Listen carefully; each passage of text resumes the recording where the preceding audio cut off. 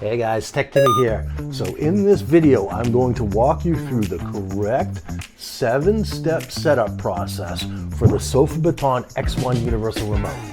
Most of the other setup videos that I watched on this either don't follow the manufacturer's recommended sequence of steps, they get them out of order, or they just completely set it up wrong. I think that's causing trouble for a lot of folks out there, so I wanted to follow the exact process the company recommends to see if we can't help you get this set up properly. While it's not a perfect remote, it can replace that giant pile of other remotes that you have sitting on your coffee table. This video is for people who are reasonably comfortable with tech, but just want a clear step-by-step setup process that actually works. Without further ado, I'm going to take it out of the box and we're going to get this bad Larry set up. Let's go. Oh boy, it's Tech Timmy time. All right guys, so here we are with the unboxing station, and while I am getting this out of the box, I'm going to do this really quick, get this out of the box fast. Many others have unboxed this before, so we're not going to belabor the point too much. But as I'm doing this, I'll put up on screen, I created a little diagram based on SofaBaton's 7-step setup process they have on their website. It's basically for the SofaBaton X series. And with the unboxing is step 0, basically. And so, the last step is, I think they labeled it enjoy. So that's not really a step either. So there's 6 steps total. Okay, so let's just get this out of the box here.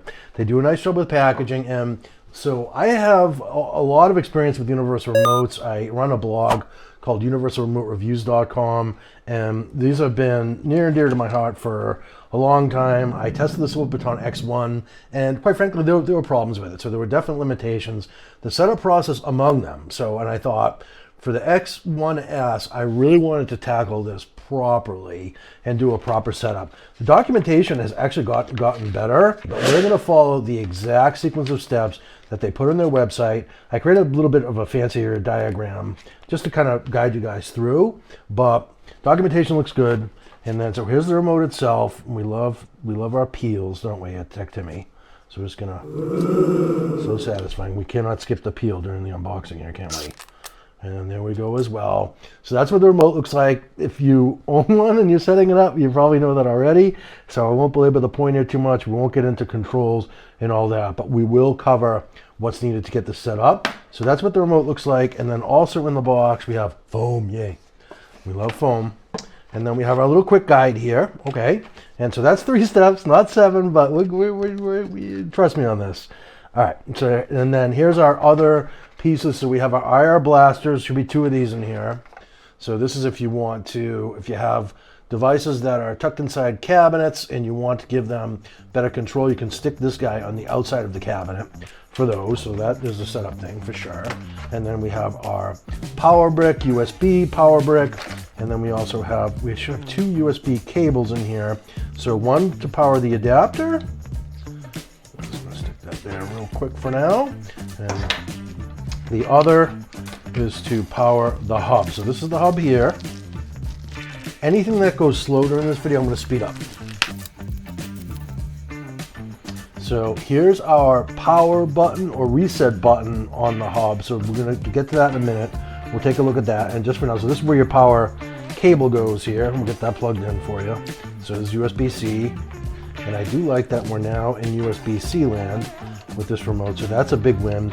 And then we have our 2 input jacks for our IR blasters if you need them. I have a small setup here. I don't think I'm going to need IR blasters at all. Most of the devices that I want are slightly exposed anyhow. So that's the quick unboxing, and let's actually get into the setup next, most of which is going to involve the hub and the app working together. So let's get into step 1. All right guys, so before I position the hub, I just thought I'd show you what my home entertainment looks like here. So I have a very basic setup right now. I simplified a little bit to make the video easier. So I basically have a cube under there, and then I have my sound bar and my old school Samsung Smart TV that is hooked up to Fire TV right now. I am going to, at least for now, for simplicity of this video, I'm going to position the hub on top of my sound bar. So there it is right there. Actually, I'm gonna stick it right there on top of the sound bar there. And then you're going to need to get your own USB-A power brick there. So I had one lying around, as I'm sure you will as well. And just connect that into that in order to get it power. Or if you have a USB port somewhere in your TV setup, you might be able to actually plug that in there as well. But I'm plugging mine into the power brick, and then I have a little power surge protector thing over here on my entertainment center itself. So for sake of simplicity, I'm just going to plug it right into that. And as you can see, the blue light comes on. And that's all we need to do for step one. For step two, we are going to connect the hub to the app. So let's jump on over to my phone and we'll download the SofaBaton app together. Let's go. Okay, so for the next step here, we want to head on over to our favorite app store. In this case, I'm using my iPhone 16 Pro Max. So I'm just going to go into my app store and type SofaBaton. And it should come right up, and indeed there it is. Just go ahead and download that. Now, when you first open it, it may prompt you to create an account. So I already have an account set up, so I'm just going to go ahead and log in. But follow the on-screen instructions to go ahead and create your account. We need to make sure you get logged in. And so go ahead and do that now, and pause the video if you need to. Okay, so it took me a minute to realize that I had previously registered with my Gmail account. So now we're all signed in, and this is the exact screen that you want to be on here. For the X1S, I'll bet you can guess which one to pick here, and it's the one on the right. So we're going to go ahead and select that. Now, important notice, Roku update affecting SofaBaton remotes due to Roku's latest. Some may no longer control Roku device. Okay, so that's specific to Roku. So only going to need to care about that if you have a Roku device. And I would say if you run into issues with that, just contact SofaBaton support. They're actually generally really good. They'll get back to you fairly quickly. So now we want to follow the on-screen instructions here to set up our new hub.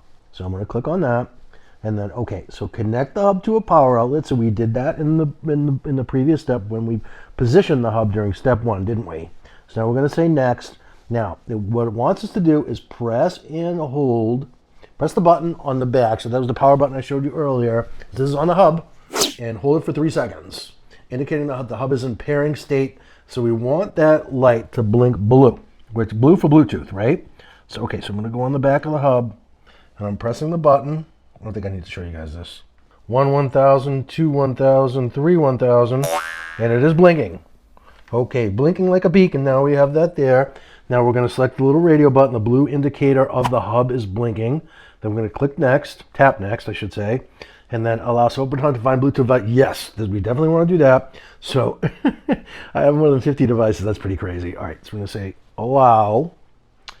And now what's interesting here is that if you're not connected to a 2.4 gigahertz Wi-Fi network, we're going to have to do that step in a second here. So if you're on your 5 gigahertz Wi-Fi network, it may complain, it may not like that, which I am right now.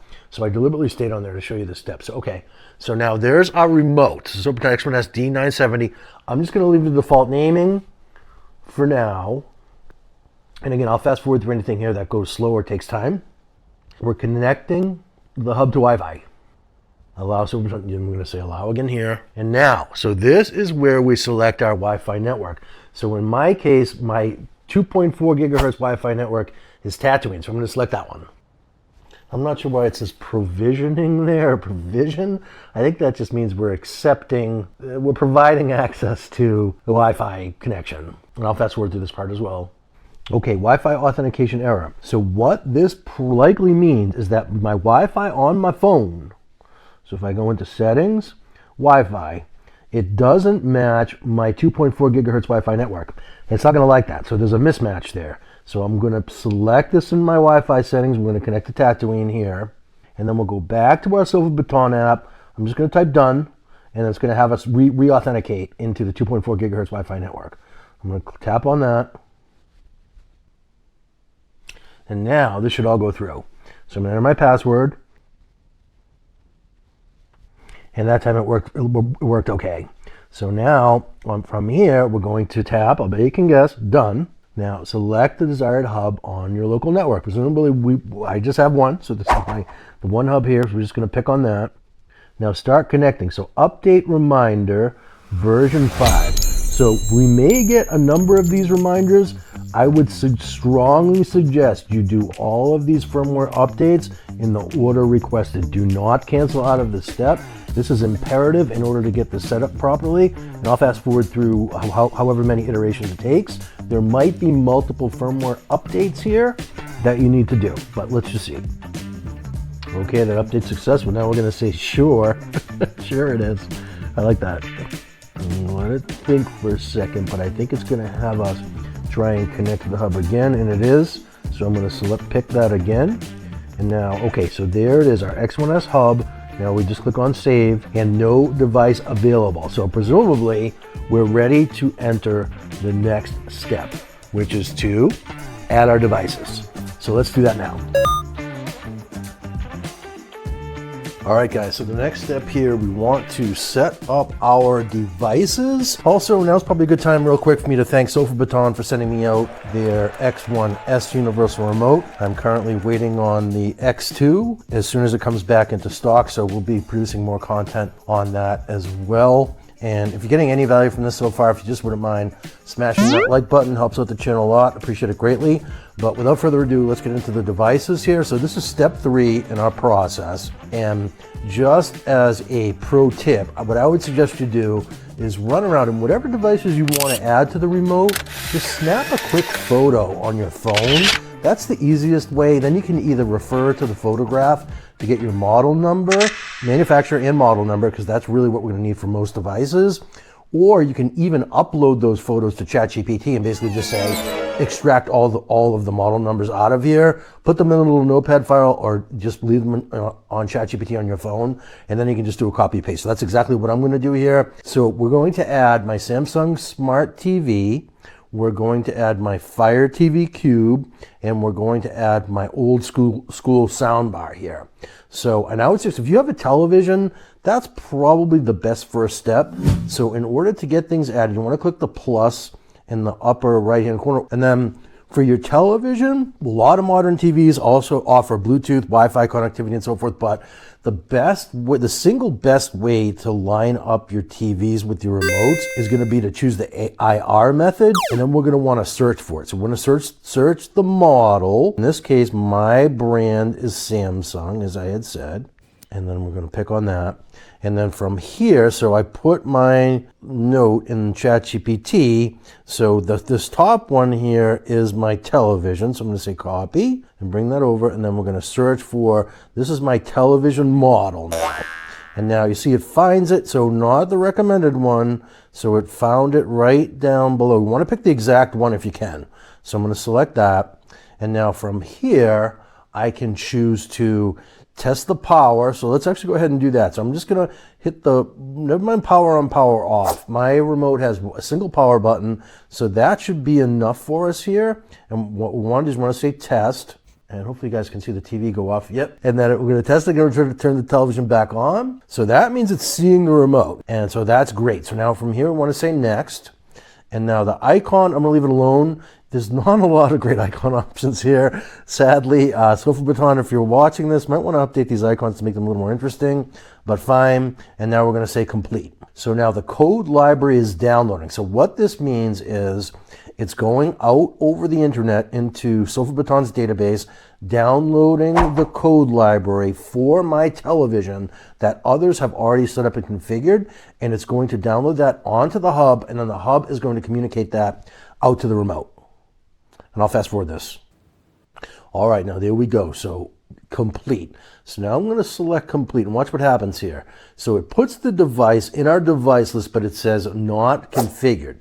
We're not going to configure it yet. And I think this is the mistake a lot of folks make out there, because if you bounce around with the process, you're going to get confused. So the configuration happens in step 4 and 5. We're still on step 3 here. So we're just going to go ahead and add our next device. So in this case, I think I'll add the soundbar next. We're going to say search model again. And this is also a Samsung. Tap on that. And now I'm going to go back to where I took a photo of my model number off the soundbar. I'm going to copy that, and we're going to select Samsung here. And now when our model number field, I'm just going to paste that in, nice and easy. And there it is right there under the H. So we're going to select that. And now, similarly, I'm going to test the power, And hopefully you guys can see that on the video as well. And there it goes. So hopefully you guys can see, but it just turned on and it said something.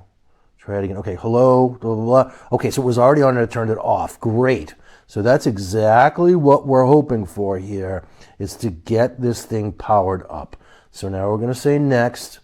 And now I'm just going to change the name from Samsung. We'll change the name on the other one shortly as well. Let's just call this soundbar to keep it nice and simple. I know it's a Samsung soundbar. It's the only one I have, so that's fine. Let's stick with the default icon, which is audio, right? So that's our audio, at least in my setup here.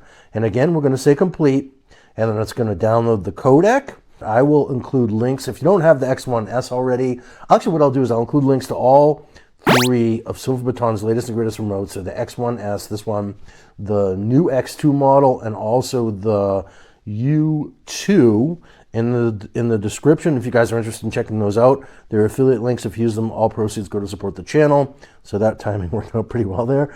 Okay, and now, again, we just want to say complete.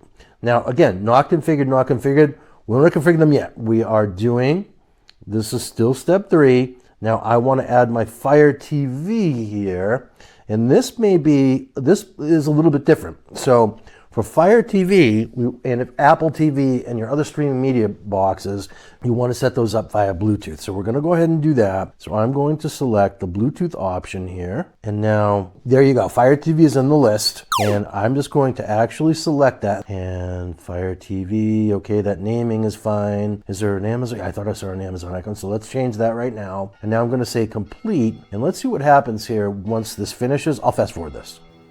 Okay, so yeah, as I suspected, there's some extra setup required on the Fire TV side of the equation here. So it says, go to your device's settings, use your original remote to navigate to the Bluetooth section. Okay, and from here, we just want to get into our settings for our Fire TV device. And so from here, I'm just going to go over to our little settings cog. We'll select on that. And then from here, we want to scroll down to where it says Bluetooth. So controls and Bluetooth devices, this guy right here. From here, we want to go down to other Bluetooth devices. So select that, and there you go. So we have 2 different options here. 4478, device connected. No, so that is actually my new one. The one below it, so the one that defaulted to is my new one. The one below it is my old device, but remember that for whatever reason. And now as you can see on the app, I went to complete. In the next step, what we're gonna do is we're going to configure, next step is step 4, and we're going to configure our power options for the device. But let me just show you what I now have set up on the SofaBaton remote. So we have, it's a little bit dim here, sadly. So we have Samsung, so that's the TV, soundbar, and Fire TV. And I think what I'll do is I'll change the name of the Samsung one to be, let's do that right now. Just say edit and Samsung TV. So I'm gonna say TV and then say submit. Now it's gonna sync, so it's gonna sync. I'll fast forward through this. And now you can see it says Samsung TV. So we have Samsung TV, our soundbar, and our Fire TV. Great, so now we go back to the app. Okay, nice. And probably what we need to do for step 4. So this is, we're going in to adjust our power settings next here. And so this all takes place in the app again. So where it says not configured next to Samsung TV, I'm going to tap on that. And then from here, see at the top, before creating activity, you need to complete the device's power settings and source configuration. So you want to click the little blue power settings link. And then for almost all of you and almost every device out there, unless you have some fancy pants things happening, so just select the default one. They actually simplified this with this latest version of the app. So this is a newer version of the app than even what folks had a few months ago. So as you can see, it automatically recognizes the settings from the television for power. On, power off, so that's exactly what this thing does. And if we say run test, if we run the test where it says turn off, television goes off, turn on, run the test. And now the TV's back on. I don't know why it's looking dim there, but it is on. There we go. Okay, so television's back on. Now I'm going to say complete here. That's all you need to do to configure the power for this thing, guys. All right, guys, so that's a wrap on our TV power settings. Now, you might be tempted to click the source configuration button at the top there, but don't do that. That's step 5. So we're still on step 4.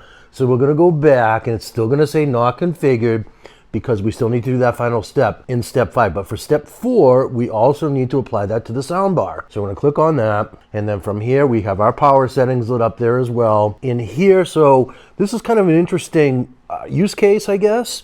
So enable automatic power control. Yes, definitely. We want to say enable automatic power control. For some of you, if you have, the reason I say it's an interesting use case, if you have a smart sound bar, say, you may want to leave that sound bar on all of the time if you use it for a voice assistant like Alexa. So that would, if you have a smart soundbar that uses a voice assistant, you want to have it always on, then select no, disable automatic power control. Otherwise, it's going to power on and off with our activities.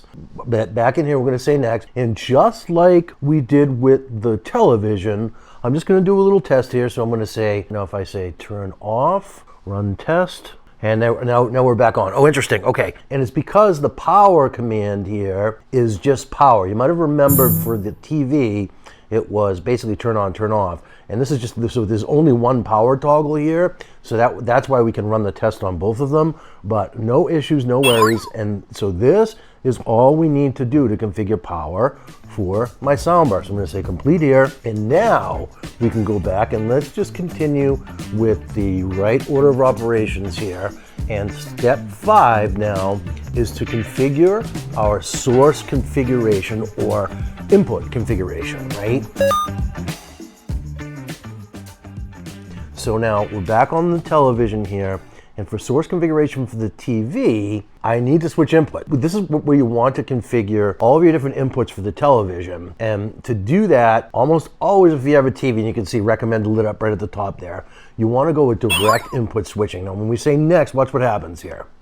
So it auto-magically finds all of the right inputs, or most of the right inputs, for my Samsung Smart TV. So for instance, I know I don't have an HDMI 4, and I don't think I have an AV2. I don't believe it. At least if I do, I don't use it. And input PC I use, input USB I use, input TV I definitely use, all 3 HDMIs I use, component and AV, I'm gonna leave those alone for now. I would say that if you're unsure, just leave them all selected because it's not gonna hurt, and we're not gonna start using them until we go and set up our activities. So here we're gonna say confirm, so you can name them, different things if you want. I would say for most folks out there, just leave the defaults and say complete. And that's it. So we finished source configuration. Now watch what happens when we go back to our device screen. I'm going to say back. Now we're back at the main device screen, and that little not configured sign goes away. Great. So step 5 now is complete for our Samsung TV. Now we need to do the same thing for the soundbar. So here we're going to say, I'm going to come in here, and we're going to say source configuration up at the top. I'm going to click on the link. And now, so this one's interesting. So with my soundbar has, it will remember the last input. And in my case, it's a D-in, I believe, which is digital in. So I'm using a digital audio cable for mine that connects into the back of my TV. But you might also have HDMI, you might have Bluetooth, you might have USB and so forth. And yeah, so, but because my soundbar remembers mine, I have no need to switch the input. So I'm going to select that one. But if in the event that your soundbar may default to, HDMI or something, and you want to use Bluetooth, I don't know, you can go to configure, and there's a bunch of different options in here where you can use input toggling and cycling. You can bring up a menu and so forth. So you can customize your sources, your input sources for the soundbar based on your own configuration. But again, in my case, and probably also in your case, for most of you, you're not going to have to switch because your soundbar is going to remember the correct input for you. I'm going to say okay. And then here we are going to come back here, and now we have no more trouble messages up the top. We go back to our devices screen, and ta-da! Now we have no more little configure messages. Okay. Great news. Okay, so we completed step 5. Now we need to go into step 6, which is where the magic happens, and that is we are going to create our custom activities. All right, so let's get started on that right now. All right, guys, now we are ready for step 6, and that is to create our first custom activity. So I'm going to click on the little button down the bottom there, and then you can either click anywhere in the middle of the screen or that plus sign in the top right. Just click in the middle there because it's more fun. And now it's going to suggest that we create a watch Fire TV activity because it knows that we have Fire TV in the mix. But I want to start off with even more simple than that. So here I'm going to say customize. Actually, let me show you on the TV what we have going on here. So right now I'm on my Fire TV Cube, and that is HDMI 3 on my component list. See that there? What I want this activity to do is to simply go over to my regular TV, which is that one there. So the TV source, and we have the Olympics on right now, kind of cool. And so the TV source, and we want that we want to automate this basically, right? So I'm going to come back here. Let's go back to HDMI 3, just kind of prove it out. I'm going to go back to HDMI 3. So we'll leave it there for now. So that is a little warm up to our first activity here. And in order to get the TV to switch over to the TV component, basically, I'm just going to select those two. We'll leave Fire TV out of this one. I'm going to say next, select an input. Right, so here's our source list. If I remember this from before, and we had input TV is the one that I just showed you on the television. So that's the one I want to pick. Now I'm going to say next. And now, so both the soundbar and the television are on right now, I believe. Let's go ahead and turn them off just so we can start clean. All right, power down the soundbar. And I'm also going to power down the TV. And then that way we can say off, and then next. And then from here, select the device you want the remote volume buttons to control. So we want the soundbar for volume, and all the other controls we want the Samsung TV remote. Now for here, the activity name is just going to simply be Watch TV. And this may or may not work. If it doesn't work the first time, there's a little troubleshooter in here we can try. So let's say complete, and I'll fast forward through this. Now, moment of truth here. I'm going to start my Watch TV activity, and we'll see if it actually fires up the TV as opposed to the Fire TV. Watch TV. So it should turn on the television, turn on the soundbar, and switch over to the TV channel. And it's not. So, okay. So there's the troubleshooter I mentioned here. We're going to say fix. Device is filled to power on. Yes. So the soundbar didn't turn on. So I'm going to click turn on. Now it says the turn on. I can see on the soundbar, yes, it did. So yes, success. And then on the TV, turn on. Yes, success. There we go. And now will it, okay. So also input source filled to switch as well. So it did not switch over to the television, did it? So we're going to say here, come in here, and then target input on the Samsung TV. The current input is now HDMI 3. I'm going to select that. And then input TV we want to switch to. And now it should do it. So now we have our TV. Okay. So for whatever reason, probably because I've been doing so much testing, but sometimes you have to run through that troubleshooter in order to get your devices to stick. For whatever reason, I realize it's not that elegant of a solution, guys, but that's what it is. All right, so with that said, let's go ahead and set up our second activity. And for that one, we will do the suggested one, the Fire TV. Maybe that will go more smoothly. Let's see. Okay, I'm going to go back. Now I'm back on my activity screen here. So the Watch TV activity now should just work. Let's create the Fire TV one, and then we'll see if we can navigate between the two. All right, so now I'm going to click on the plus in the top right, and now suggested activities. We have Watch Fire TV, Soundbar Fire TV. Okay, next, we have all three of those in the mix. Select an input. Now, as you saw earlier, my input for my Fire TV is HDMI 3, so I'm going to select that one. And if you get confused or hung up on inputs, and you get confused about anything here, drop a comment on the video. I will do my best to get back to you as soon as possible. And if I don't know the answer, I'll do a little bit of digging and seeing if I can find it for you. Okay, so in power state now, we know both the TV and the soundbar are set to on. So we're not going to mess with that. We'll leave that alone. Fire TV is always on because I use it with ALEXA. So no power needed there. So we're going to say next. And then for here, the device you want the remote volume button to control is the soundbar. Yes, we're going to say next. And here we're going to say Fire TV. Yes, it's the Fire TV remote, basically. Watch Fire TV is the default activity. I think there's an Amazon icon. Yep. So I'm going to select that icon, and now I'm going to say complete. And I'll fast forward through this. Okay, so now we have our Watch TV activity and Watch Fire TV. God, hopefully we don't have to go through the troubleshooting again for this one, but that's just kind of the way it goes with these things, guys. You have to be you have to be patient in setting this up, but let's try watch Fire TV, and it did. It switched over to my Fire TV, so good news on that. And now I should be able to navigate around here. If I click the home button, it takes me home. Excellent. Okay, so great news there. And now the real moment of truth here. Let's go back and let's try watch TV and see if it works. And indeed, so that troubleshooting fix thing is legit. It will actually fix it for you. So now we can navigate between watch TV and watch Fire TV, which is really cool. So let me show you what that looks like on the universal remote. So here's our remote now. And basically what we have in the app, we'll get on the remote. Hopefully that's not too dim for you guys here. So I'm gonna go up to my activities, click on it, and now we have our lovely watch TV and watch Fire TV icons. So if I select watch TV from here, it's gonna switch over to live TV. And now if I go down to watch Fire TV, it's gonna switch over to Fire TV. And that's basically all you need to do to set up all of your devices. Now, we can go a step further and automate the different things here with macros, but that's a topic for a separate video. And if you want me to do a separate video on that, drop a comment down below and I will. I also will plan to do just a pro tip on Fire TV. There's a bunch of different ways that you can fire off macros and things to get your Fire TV to do different things. So if I say edit here, and I can come in and I can say startup sequence. And so let's say I always wanted to have Fire TV start on the home screen, for instance. Scroll down and you can say add step. And there's a whole ton of commands in here, guys.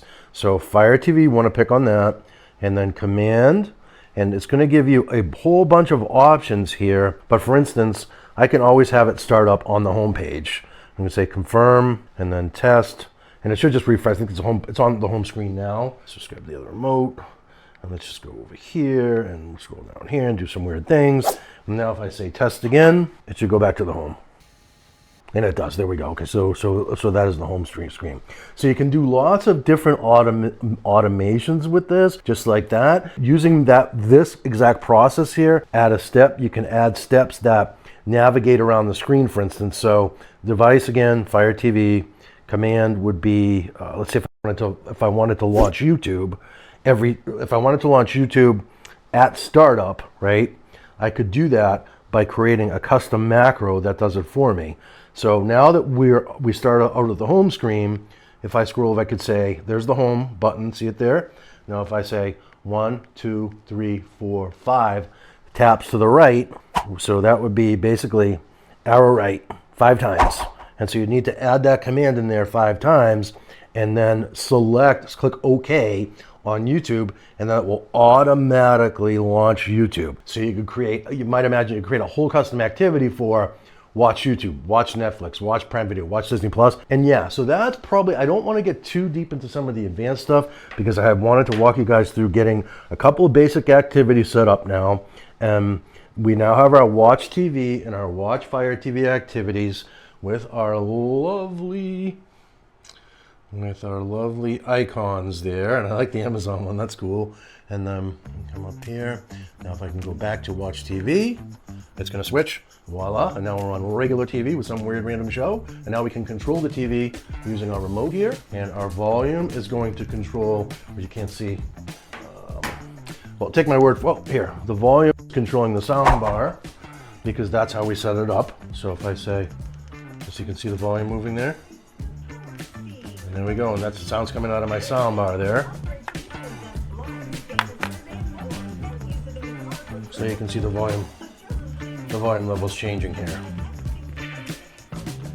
So that's it, guys. So those are some basic activities. If you want me to create a follow-up video, I'm definitely going to do one on Fire TV because I think it needs it with additional macros and things that will show you step by step how to navigate through. And then also going to, I'll have a full setup for the SofaBaton X2 coming out as soon as that. I have that in my hands, so SofaBaton promised to send that over. And yeah, so hopefully this video helped you guys. If it did, smash that like button. It helps out the channel a lot. And consider subscribing. I do all sorts of tech videos and tutorials like this one. And again, I will drop links to the X1S, the X2 and also the U2 down below if you're interested in checking those out. I realize there's a lot here and a lot of steps. That fix-it thing works. So if you're squeamish about trying it, don't be, because that could actually get you through in a pinch. And yeah, I hope to see you guys in the next video. Cheers.